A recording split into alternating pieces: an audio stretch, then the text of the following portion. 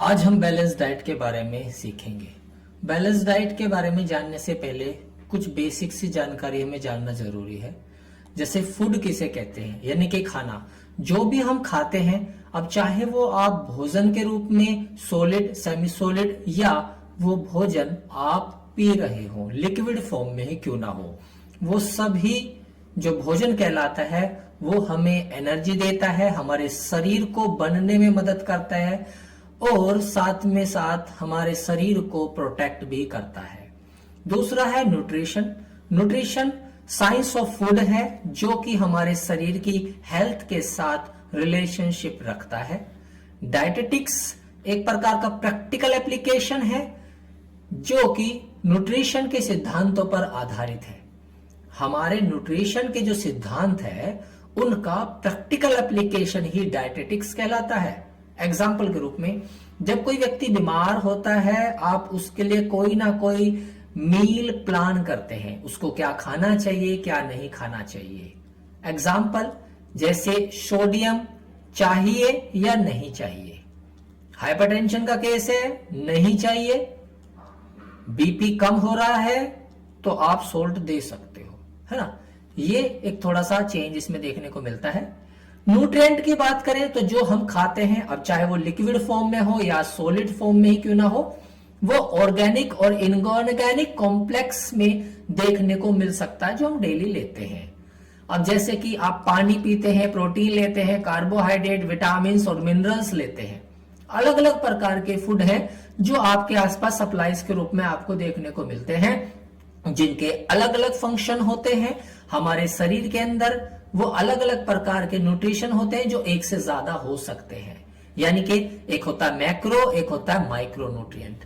अगर हम मैक्रो और माइक्रो न्यूट्रिएंट के बारे में समझे तो मैक्रो न्यूट्रिएंट वो न्यूट्रिएंट होते हैं जिनके अंदर प्रोटीन, फैट और कार्बोहाइड्रेट बहुतायत से मिलता है, या प्रोटीन, फैट और कार्बोहाइड्रेट ही मैक्रो न्यूट्रिएंट होते हैं जिनकी अपनी एक क्वांटिटी होती है जो डेली बेसिस पे ली जाती है।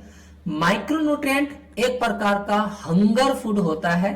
हंगर आप इसे फूड बोल सकते हो क्योंकि ये बहुत स्मॉल क्वांटिटीज में हम लोग को चाहिए होता है, जैसे कि विटामिन और मिनरल्स।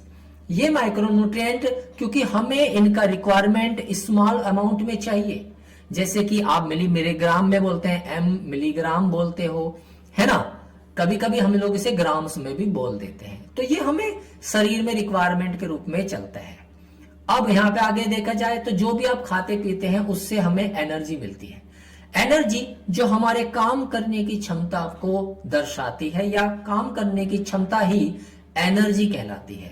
अब ये एनर्जी हमारे शरीर के फंक्शंस और उसकी ग्रोथ के लिए बहुत ज्यादा जरूरी होती है, क्योंकि जो भी हमें किलो कैलोरी निर्धारित की गई है, एग्जाम्पल में अगर 1 ग्राम अगर आप कार्बोहाइड्रेट लेते हैं तो आपको 4 किलो कैलोरी प्राप्त होती है। 1 ग्राम अगर आप प्रोटीन की बात करेंगे तो भी आपको 4 किलो कैलोरी ही मिलने वाली है। लेकिन अगर आप 1 ग्राम फैट की बात करते हैं तो 9 किलो कैलोरी आपको मिलेगी।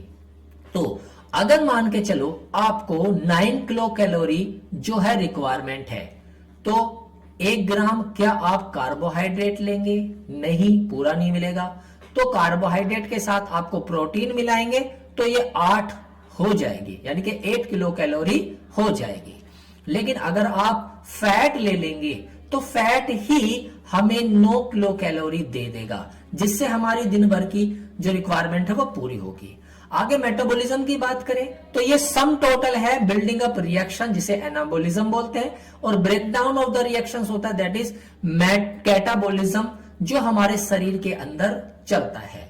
मेटाबॉलिक रेट की बात करें, एक ऐसा रेट जिसके द्वारा हम एनर्जी को रिलीज करते हैं, क्योंकि हमारे सेल के अंदर एक प्रकार की एनर्जी फ्यूल के रूप में देखी गई है। हमारी सेल में एनर्जी फ्यूल के रूप में होती है, जब भी हम कोई काम करेंगे तो वो एनर्जी रिलीज होगी। अब यहां पर बीएमआर को हम समझे तो रेट ऑफ मेटाबॉलिज्म जो होगा, जब भी कोई व्यक्ति रेस्टिंग स्टेज में होता है, इसका मतलब पहले उसने खाना खा लिया होगा, अब वो रेस्ट कर रहा है, तो ऐसी केस में उस रेस्टिंग स्टेज में लगभग 12 घंटे तक भी उसको दोबारा खाने की जरूरत नहीं पड़ेगी। वो चाहे तो खा सकता है, लेकिन एनर्जी के लिए उसको दोबारा जरूरत नहीं पड़ने वाली। अब बैलेंस डाइट के बारे में हम बात करें तो 2 मुख्य बातें इसमें हमें समझनी है। एक बैलेंस डाइट होता क्या है और हम बैलेंस डाइट को कैसे प्लान करें। बैलेंस डाइट एक प्रकार की ऐसी डाइट है जिसमें बहुत अलग अलग प्रकार की वैरायटीज ऑफ फूड होते हैं, जिनके अंदर एनर्जी मिलेगी, अमीनो एसिड्स होंगे, विटामिन्स होंगे, मिनरल्स होंगे, फैट, कार्बोहाइड्रेट और भी बहुत सारे न्यूट्रिएंट होते हैं जो इसके अंदर बहुत ही ज्यादा क्वांटिटी में होते हैं। एग्जांपल के रूप में अगर आपको दिन भर 2400 कैलोरी का रिक्वायरमेंट है तो आपका एक जो डाइट नाम है जिसका, उससे आपको जो डाइट चाहिए वो इतनी हो कि 2400 किलो कैलोरी आपको मिल जाए। तो अगर ये पर्याप्त मात्रा में आपको मिल रही है तो ये आपकी एक बैलेंस डाइट है।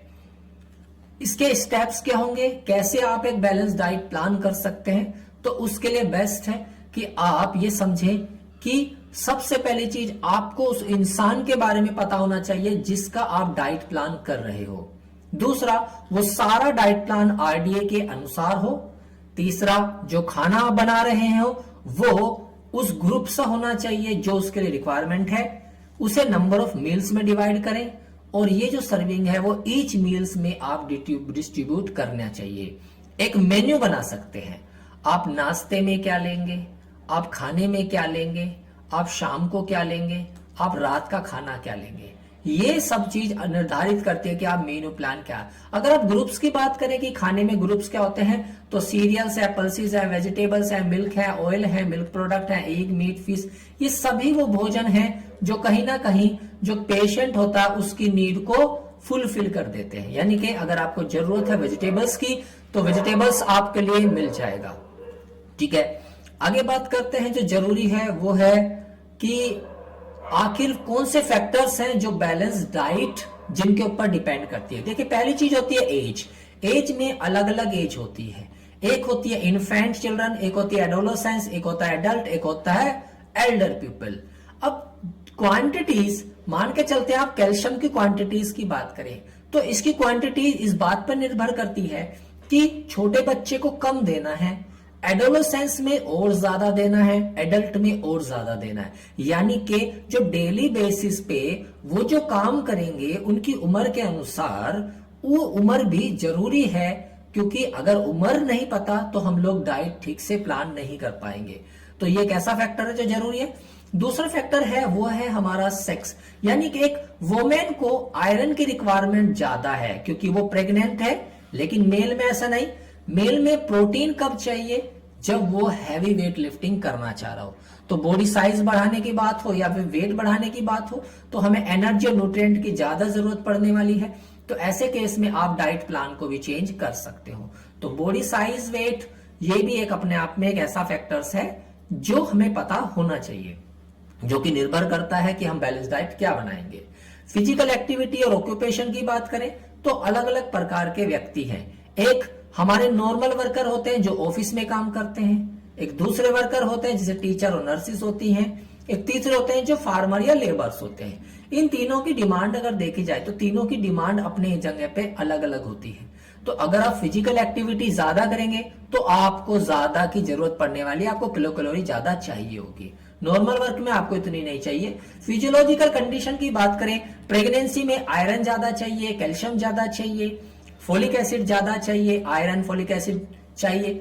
लैक्टेशन मदर को दूध की रिक्वायरमेंट है तो धीरे धीरे दूध बच्चे को चाहिए, तो बच्चे के लिए भी और उसके माता के लिए भी चाहिए। Calories, protein, fluid, calcium, vitamins का रिक्वायरमेंट होता है। ग्रोथ एंड डेवलपमेंट की बात करें तो बच्चे का ग्रोथ एंड डेवलपमेंट हमें रिक्वायरमेंट करता है कि क्या न्यूट्रिशन रिच डाइट आप बच्चे को देना चाहिए।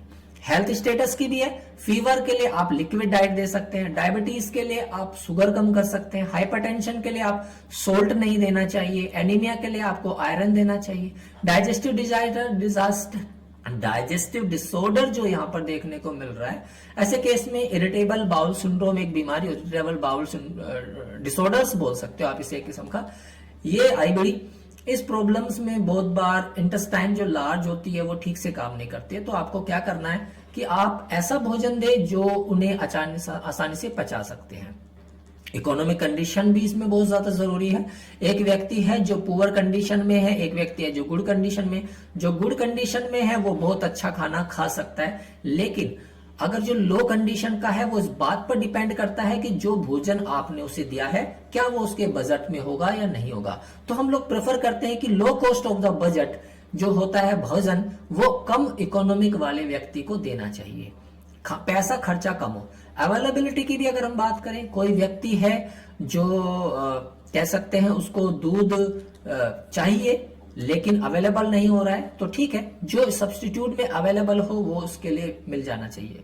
तो मान के चलते किसी को मीट चाहिए, तो अगर मीट अवेलेबल नहीं हो रहा है तो क्या चाहिए, फिर उसके बाद इसी चीज में फाइबर्स की आपको रिच डाइट बढ़ाना पड़ेगा ताकि उस डिमांड को पूरा कर सके। क्लाइमेट भी बहुत ज्यादा जरूरी है, एक कोल्ड होता है, एक यहाँ पर हीट ज्यादा होती है, तो दोनों हिसाब से देखा जाए सर्दी और गर्मी के हिसाब से आपको भोजन की रिक्वायरमेंट बदलनी पड़ती है। नेक्स्ट आता है प्रिंसिपल ऑफ द न्यूट्रिशन। ऐसे कौन से सिद्धांत हैं जो भोजन और भोजन के उपयोग नर्सिंग में प्रैक्टिस दोनों के लिए जरूरी है। एक है नंबर 1 प्रिंसिपल ऑफ एडिक्वेसी, इसे हम समझने की कोशिश करेंगे। ऐसे कौन से सिद्धांत है जो एडिक्वेसी की जरूरत है। Diet should B provide all essential nutrient. देखिए जो भी भोजन आप खा रहे हो वो एक सफिशिएंट अमाउंट में होने बहुत ज्यादा जरूरी होते हैं। अगर मानकर चलो आपको 10 ग्राम में अगर आपको कोई भी आइटम चाहिए तो वो 10 में ही चाहिए, तो ये सफिशिएंट है ना आपके लिए। लेकिन अगर आपको ये 10 की जगह अगर ये 8 भी पर्याप्त है तो आपको 8 दे दो, 10 नहीं है तो ये सफिशिएंट होगा। जितना डेली बेसिस सफिशिएंट हो उतना चाहिए, क्योंकि इससे हम बीमारियों से प्रिवेंट कर सकते हैं, जैसे कि anaemia, scurvy, rickets as example. कोई भी बीमारी हो सकती है, हर एक बीमारी से बचने के लिए वहां के अलग अलग चीजें होती हैं, ठीक है। नेक्स्ट आता है principle of the balance. Principle of balance क्या होता है, इसमें हम लोग देखते हैं कि हर एक चीज अपने निर्धारित की गई आरडीए है ना, निर्धारित किए गए आरडीए के हिसाब से कितना ग्राम में क्या क्या मात्रा होनी चाहिए, उसके हिसाब से इसमें चीजें चलती हैं, है ना। एक्सेस और deficiencies one nutrient can be disturb the health. आपको पता ही है, अगर आप मान के चलो सोल्ट अगर आप बढ़ा देंगे तो उसका रिजल्ट होगा हाइपरटेंशन। अगर आप सोल्ट को माइनस कर रहे हो, डिक्रीज कर रहे हो, तो ये हो जाएगा आपको हाइपोटेंशन। तो ये डिपेंड करता है कि आप एग्जाम्पल में आप किस बीमारी की बात कर रहे हैं। नेक्स्ट आता है प्रिंसिपल ऑफ कैलोरीज कंट्रोल। तो हर एक कैलोरीज का अपना अपना है। मैंने बोला एक है किलो कैलोरी 4, दूसरा 4, लेकिन एक है 9। अब आपको ऊर्जा चाहिए, अगर आप फैट ले सकते हो तो आपको 9 किलो कैलोरी मिल जाएगी, आपको टेंशन ही नहीं लेना है। तो ये जो भी आप किलो कैलोरी की रिक्वायरमेंट करते हो वो एज, सेक्स और उसकी एक्टिविटी के अनुसार है। क्यों ऐसा है, देखिए एक नॉर्मल व्यक्ति होगा तो आप उसमें 2400 किलो कैलोरी जो होता है पर डे दे रहे हो, लेकिन अगर एक प्रेग्नेंट लेडी है तो आप इसके अंदर 350 को प्लस कर रहे हो, तो बढ़ गई किलो कैलोरी। तो हम लोग किलो कैलोरी भी एज, सेक्स और उसकी एक्टिविटी के अनुसार रिकमेंड करते हैं। किलो कैलोरी ओबेसिटी के हिसाब से ज्यादा नहीं होनी चाहिए। Insufficient kilo calorie weight loss, weakness और इम्यूनिटी क्रिएट करता है। तो ये कुछ एग्जांपल्स हैं जिसके लिए हम लोग को किलो कैलोरी जो आप ले रहे हो डेली बेसिस पे 24 आवर्स में, वो इस आधार पर जरूरी होना है कि आप किसको दे रहे हो। प्रिंसिपल ऑफ इंडिविजुअलाइजेशन, बहुत बार हम लोग डाइट जो होती है ना वो इंडिविजुअली प्लान करते हैं। भाई इंडिविजुअली का मतलब कोई व्यक्ति है जो फ्रैक्चर का केस है, अब आप सभी फ्रैक्चर तो होंगे नहीं, हड्डी जोड़ने की बात है, तो अब आपको कैल्शियम भी देना है उस पेशेंट को। तो अब आप भी same age, sex, occupation, culture, habits पहले पूछ रहे हो, आप हिस्ट्री पूछ रहे हो, डिजीज कौन सी है देख रहे हो, पर्सनल लाइक डिसलाइक क्या है ये भी ध्यान दे रहे हो। तो आप एक मरीज को जब आप पर्सनली कोई डाइट देने की बात करते हो तो कुछ इंपॉर्टेंट पॉइंट्स होते हैं जिन पे आपको ध्यान देना होता है। एक होता है प्रिंसिपल्स ऑफ द वेराइटीज। देखिए अलग अलग वेराइटीज में आप भोजन अपने पास रखते हो, एक ही भोजन अलग अलग हो सकता है क्योंकि आप क्वांटिटी देना है ना, आपको तो प्रोटीन की जितनी मात्रा चाहिए एक दिन में आप उतनी देना है। आप चाहे कोई भी भोजन आप पेशेंट्स को क्यों ना दे रहे हो, तो जो पेशेंट को चाहिए वैरायटीज के रूप में आप ऑफर कर सकते हो कि आप ये खाना नहीं तो आप ये वाला खाना खा सकते हो, तो भी आपको अप्रोप्रिएट पूरा का पूरा खाना भोजन मिलने वाला, न्यूट्रिशन मिलने वाला है।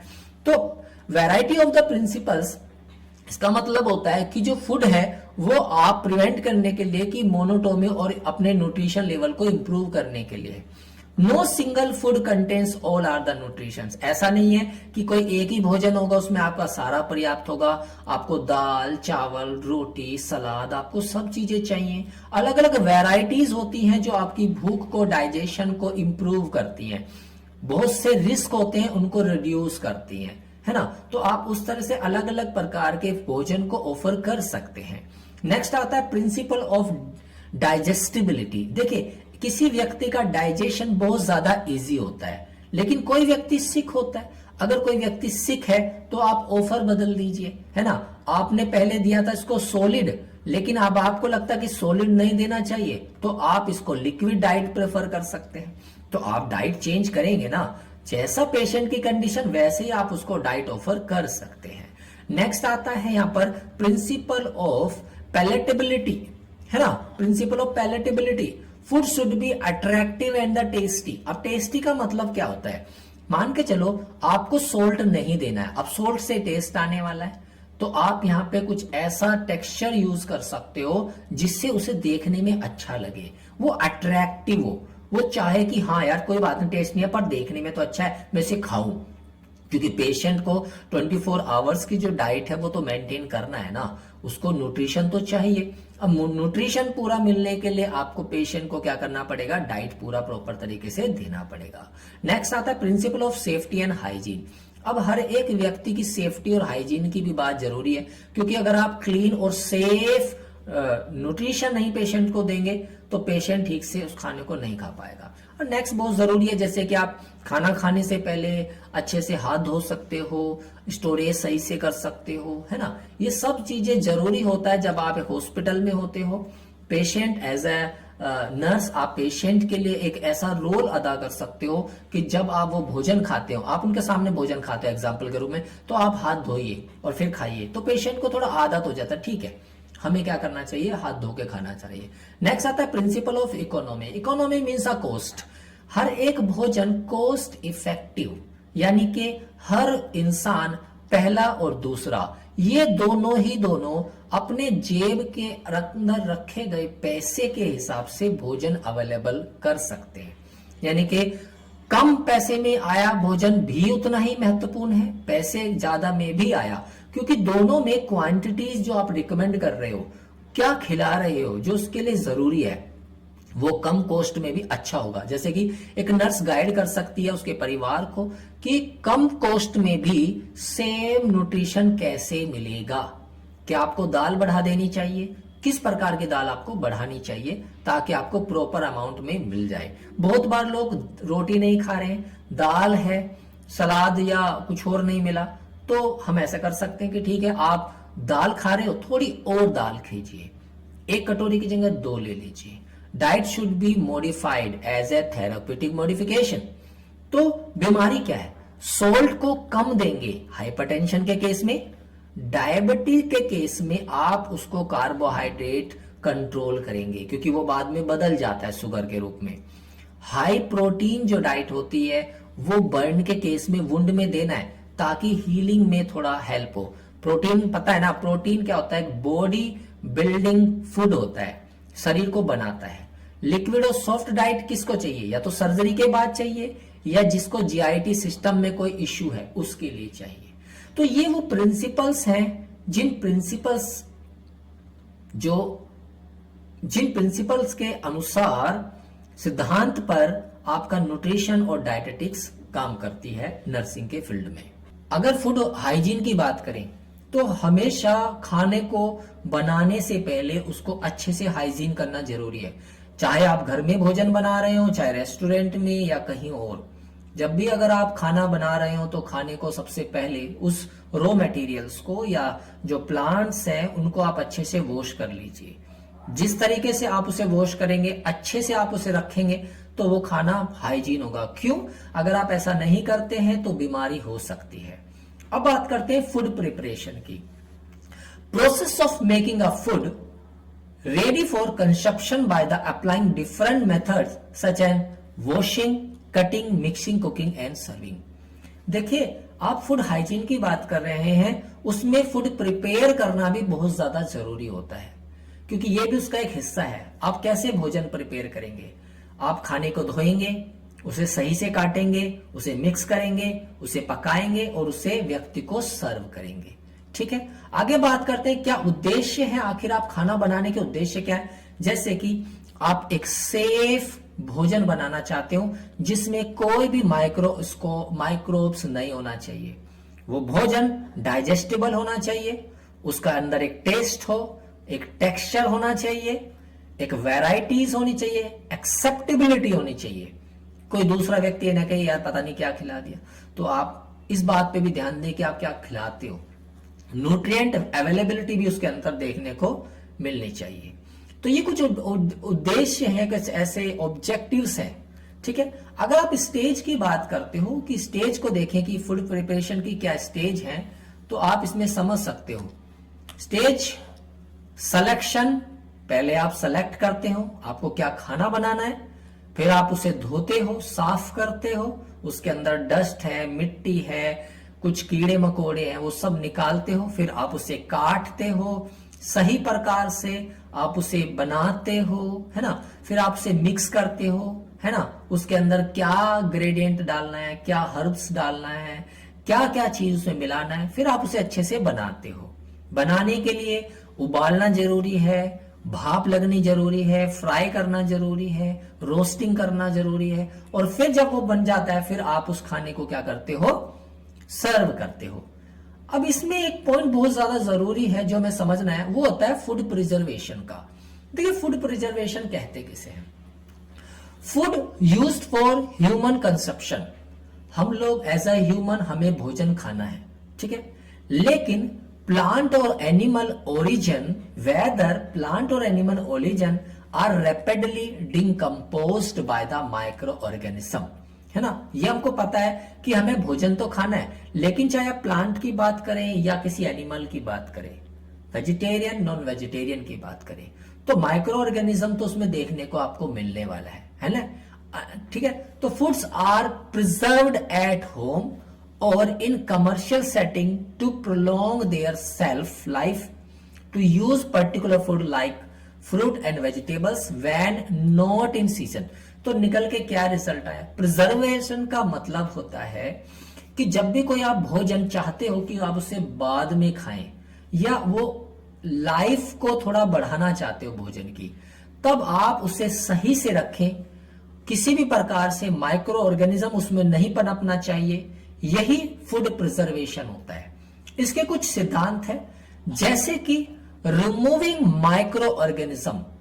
अगर भोजन में कुछ ऐसा है जो आपको प्रभावित करेगा, आप उसे निकालिए। By creating environment which hinder the growth and actives of micro organism by the freezing और ड्राइंग। आप किसी भोजन को, अगर आपको ऐसा लगता है उसका एनवायरमेंट आप ठीक करना चाहते हैं, तो आप उसे फ्रीजिंग कर सकते हैं ताकि खराब ना हो। माइक्रो ऑर्गेनिज्म को किल करना चाहते हैं तो आप उसे गर्म कर सकते हैं। आप उसे बचाना चाहते हैं अपने भोजन को, तो डिकम्पोजिशन ऑफ द फूड कर सकते हैं, है ना, डिकम्पोजिशन को स्लो कर सकते हैं, डिस्ट्रक्शन कर सकते हैं, inactivation of the food enzyme कर सकते हैं। जैसे कि आप कुछ इस तरह की चीजें जैसे कि एंटीऑक्सीडेंट होते हैं, आप उन चीजों का भी इस्तेमाल कर सकते हो।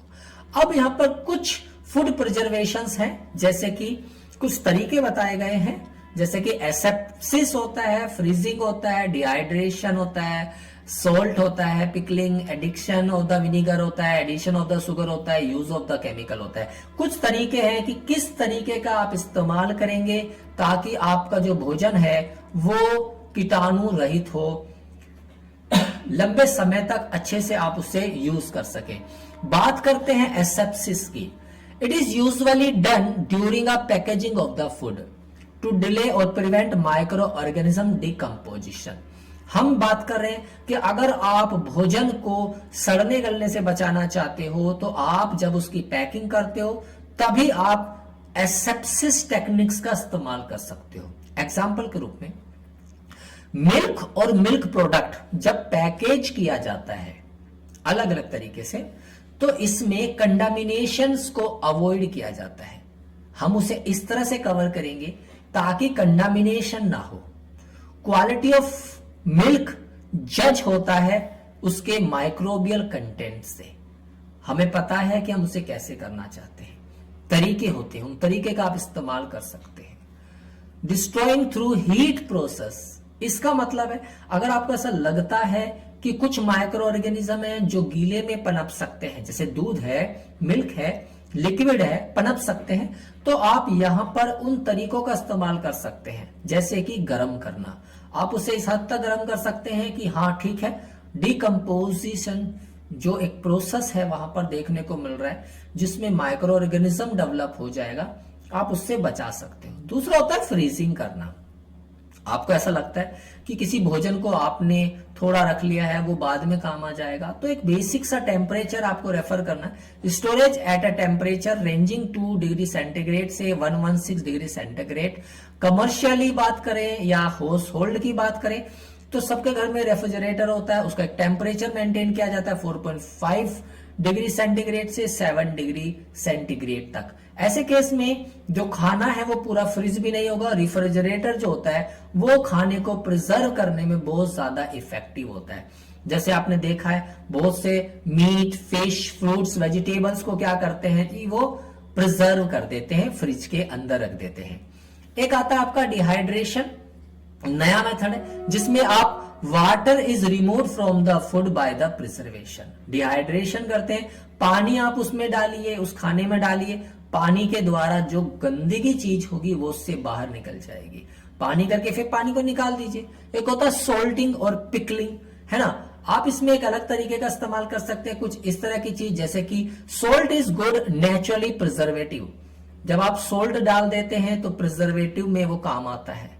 जैसे कि आप अचार बनाते हो ना, तो उसमें आप नमक या इस तरह की चीजें रखते हो, आम का अचार, लेमन, जिंजर, फिश, वेजिटेबल्स, इस तरह की चीजों में आप देखते हो कुछ बदलाव होते हैं, तो हम उन्हें आगे तक संभालना रखना चाहते हैं, तो आप उसे थोड़ा सा पिकलिंग कर देते हैं, सोल्ट वगैरह डाल देते हो, उसके हिसाब से भी आप इसे कंट्रोल कर सकते हैं।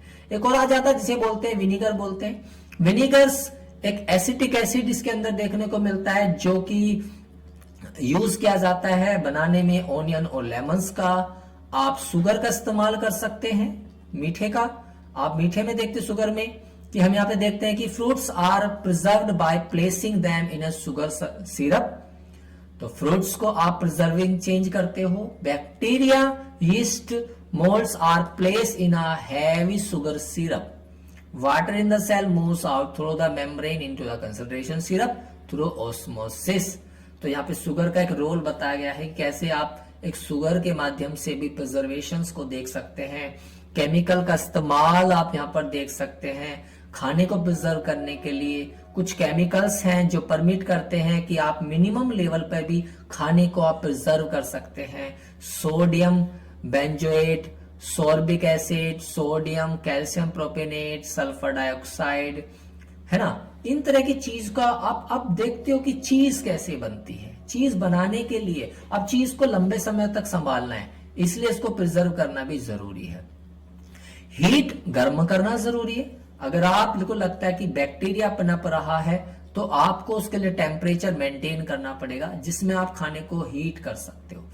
लगता है हीट नहीं हो पा रहा तो आप हीट का टेम्परेचर बढ़ाएंगे जिससे उसके स्पोर्स भी टेम्परेचर के जा सकते हैं, खत्म हो सकते हैं। लेकिन अगर आपको लगता है कि spores are not destroy in this temperature, then आपको हाई इन एसिड कंटेंट का इस्तेमाल करना चाहिए, है ना, ताकि आप कम समय में उनकी पावर्स को खत्म कर सकते हैं, है ना। तो आप अलग अलग तरह की, जैसे एग्जांपल में देखो इन्होंने लिखा पोस्चराइज्ड मिल्क। एक द मिल्क है जिनको आप पैकेट में देखते हो, that is a pasteurised milk. Pasteurization of the milk is done to kill a disease-producing microorganism, to reduce the total bacterial count for increasing the shelf life. हर एक दूध का अपने ऊपर एक एक्सपायरी डेट लिखा हुआ होता है। Pasteurization restore lipase and other natural milk enzyme because two main methods of pasteurization, batch or holding methods and high temperature short time methods, can be used for pasteurisation. जैसे कि आपने milk pasteurisation के बारे में भी पढ़ा है। Micro organism एक सेंसिटिव है टू एसिड, जैसे कि डेंचर्स का प्रोटीन के बारे में आप बात करते हैं, तो यहां पर हम एक चीज देखते हैं कि acid produced by one organism during the fermentation and will inhibit another type of the microorganism. Sometimes we need a fermentations ताकि एक बैक्टीरिया दूसरे बैक्टीरिया को खत्म करे। आपने देखा है बहुत बार हम लोग क्या करते हैं कि खाने के अंदर हम लोग, या ये नॉर्मल तरीके से देखा जाए, हम जो खाना खाते हैं फिर दही खाने लगते हैं, तो वो भी हमारे लिए बहुत ज्यादा बेनिफिशियल होता है। स्मोक है, रेडिएशन है, ये भी बहुत सारी चीजें हैं जो क्या करते हैं, हमारी हेल्प करते हैं। आरडीए क्या है? आरडीए क्या है आखिर? आरडीए है क्या? रिकमेंडेड डाइटरी अलाउंसेस है। बहुत बार ये इंपॉर्टेंट है जो हमें समझना चाहिए। Intake of the nutrient dried from the diets. एक डाइट जो आपको दिया गया है, उस डाइट में न्यूट्रिशन क्या है, क्या न्यूट्रिएंट है, आप जो उसे ले रहे हो, सोच के देखिए। आपको 30 मिलीग्राम की एक डाइट दी गई, इसमें क्या क्या है? आप इसको 30 कीजिए, 30 मिलीग्राम कीजिए, 10 2 8 20 हो गया, 4 4 2 कितना हो गया? 10 10 10 हो गया 30। तो यहां पर हमने कितने बनाए? 6 टाइप ऑफ न्यूट्रिएंट। तो हमने यहां पर देखा आरडीए को डिफाइन किया गया है, intake of the nutrient derived from the diet which keep nearly all are the pupils in a good health। हमारे शरीर को समझने के लिए जो रिक्वायरमेंट चाहिए वो सब आरडीए के अनुसार होती है। आरडीए का आप यूज करने की बात करते हो तो न्यूट्रिशन पॉलिसी को आप समझिए। आपने कहा मिड डे मील प्रोग्राम चल रहा है, आप कैसे उसे समझेंगे? आरडीए की क्वांटिटी आप देखिए कितना चाहिए, और वहां पे जब बनता है आप चेक कीजिए, आप चेक कर सकते हो। Interpret the adequacy of the diet in the food consumptions. जो आप स्टडी में पढ़ रहे हो, मान के चलो आपने पढ़ा कि 9 किलो कैलोरी एक फैट में आपके लिए सफिशिएंट है, आप आरडीए की मदद से चेक कर सकते हैं। Use to develop a material for education purpose, use for the setting of the parents for the diet in a hospital, for the setting guidance for a formulation in a new product and the location of the specific food also. ये सब हमारे RDA के uses हैं जो हमें समझ में आना चाहिए। तो हम यहाँ पे चीज देख रहे हैं कि आखिर बैलेंस डाइट है क्या? बैलेंस डाइट होता क्या है? बैलेंस डाइट है कि आप जो भी खाना खा रहे हो वो खाना, उस खाने के अंदर वो सब होना चाहिए जो आपको चाहिए। तो आज के लिए इतना ही बैलेंस डाइट में, बाकी नेक्स्ट टॉपिक में देखेंगे हम लोग। Thank you.